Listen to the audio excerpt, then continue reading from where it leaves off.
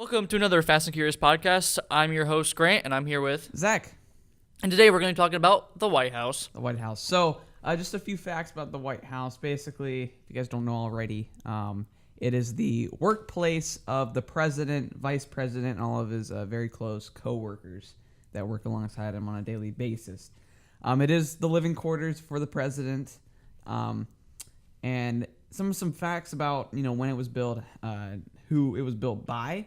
The architect who designed it, his name was James Hoban. And Hoban.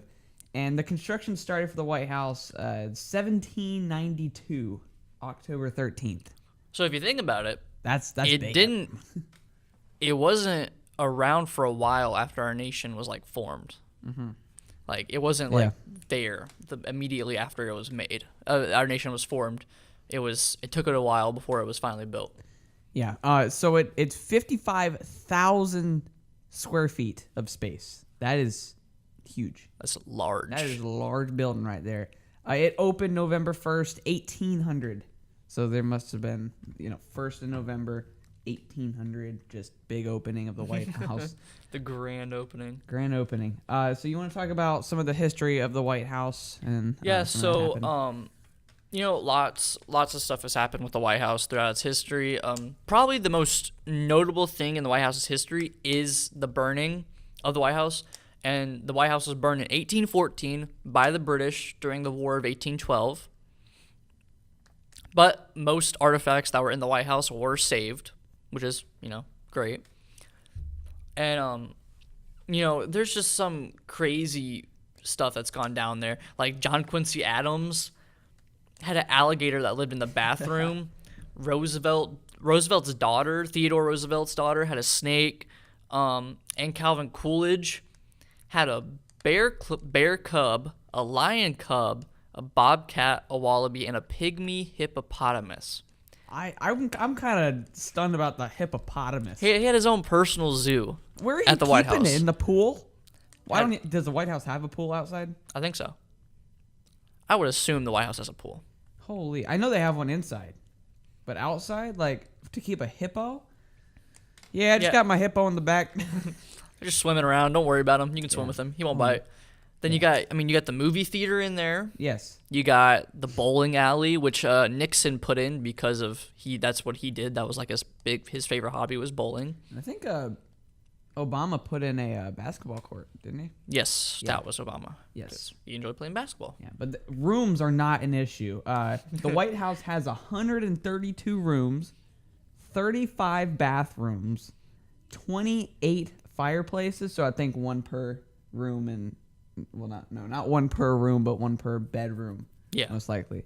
412 doors, and then we have 147 windows. Those are some statistics. It has 6 levels. 6 levels. That is ginormous. That's a 6-story building. And it has an elevator. So they're never pressed on room or space because they have enough of it. More than enough of it. Yes. And then there's lots of conspiracy theories and questions about, secret rooms and stuff in the White House. Yeah.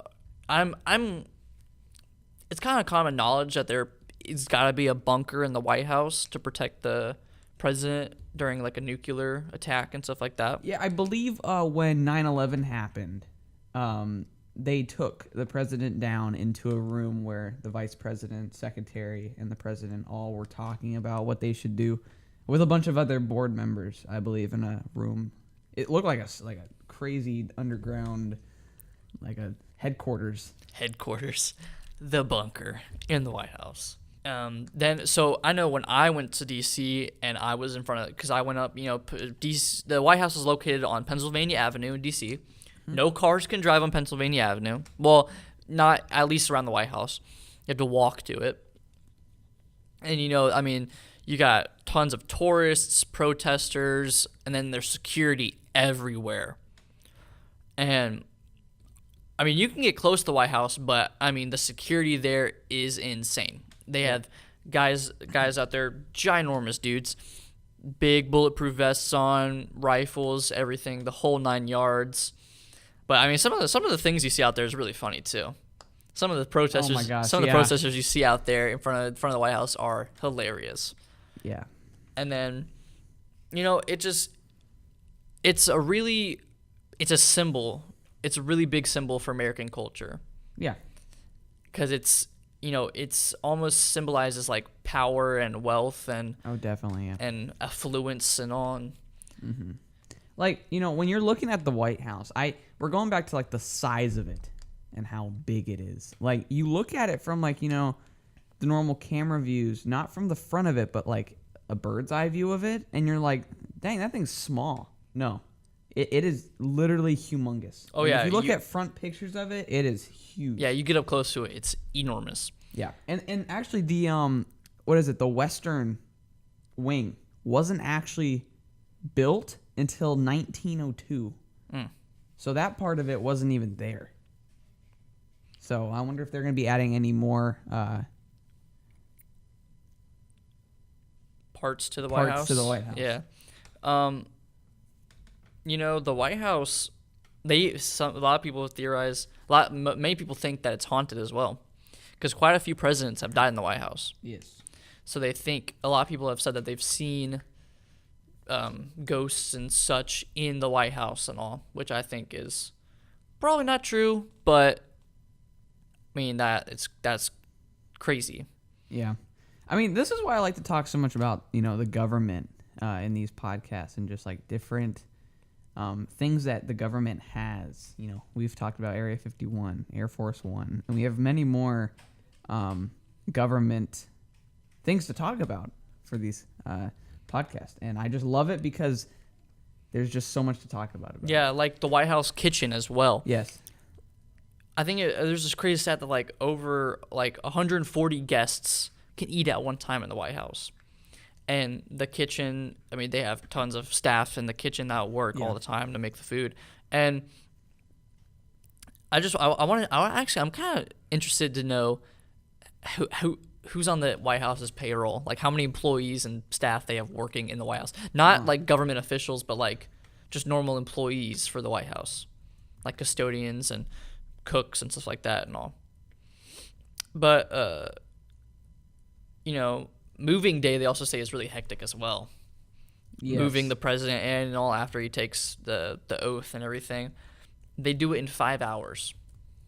They move the president, his family, and all this stuff in 5 hours. Have you seen? So basically, the new president that's coming in, they send the design team the design that they want. So the Oval Office, they get to pick like what the curtains look like, the design of the curtains, what the carpet is. They get to pick the a desk. They get to pick whose desk we want to have. Exactly. Yeah. So the design team gets all that information ahead of time, and they have 5 hours to complete it. They have 5 hours to paint the walls, change all the furniture, move all of the old president's belongings out into trucks, and then be able to move the new president's belongings in 5 hours.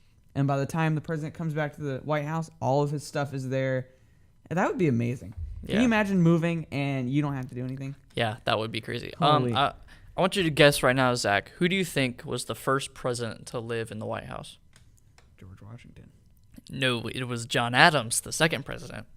George Washington, he commissioned it for it to be built, but he never lived in it because I don't think it ever finished by the I time. never paid attention in history class. Yeah, that shows how much you paid attention. But to actually, history I just class. looked up, and the president currently has about 1,800 full-time employees, like Secret Service agents. Good Lord, That is a lot. that is a very high number. 1,800 bodyguards. Jesus.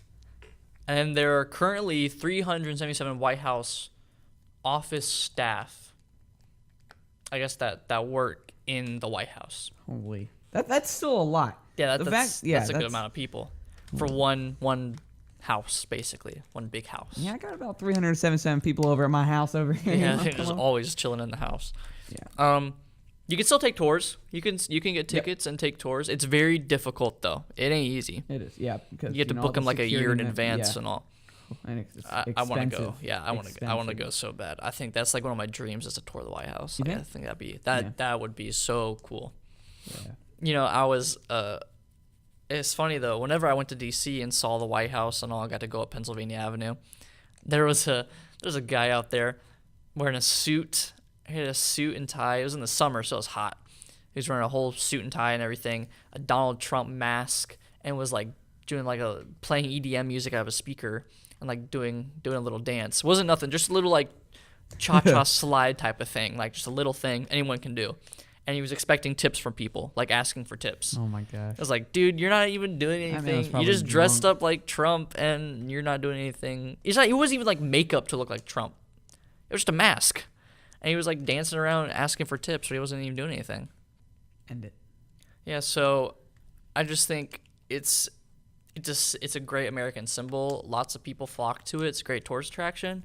I think that's gonna about do it for this podcast. Yep, that's going to do it for us, guys. Thank you guys for listening in. Make sure you go ahead and follow the social medias, Instagram and Twitter, the Scribe CVHS. Go listen to our other podcasts. Yeah, other podcasts and Current also events, from our other groups. Our Yes. current events, nostalgia trip, and our NFL and sports podcasts. Yep, and we'll see you guys here in the next Fast and Curious podcast. Thank you for listening.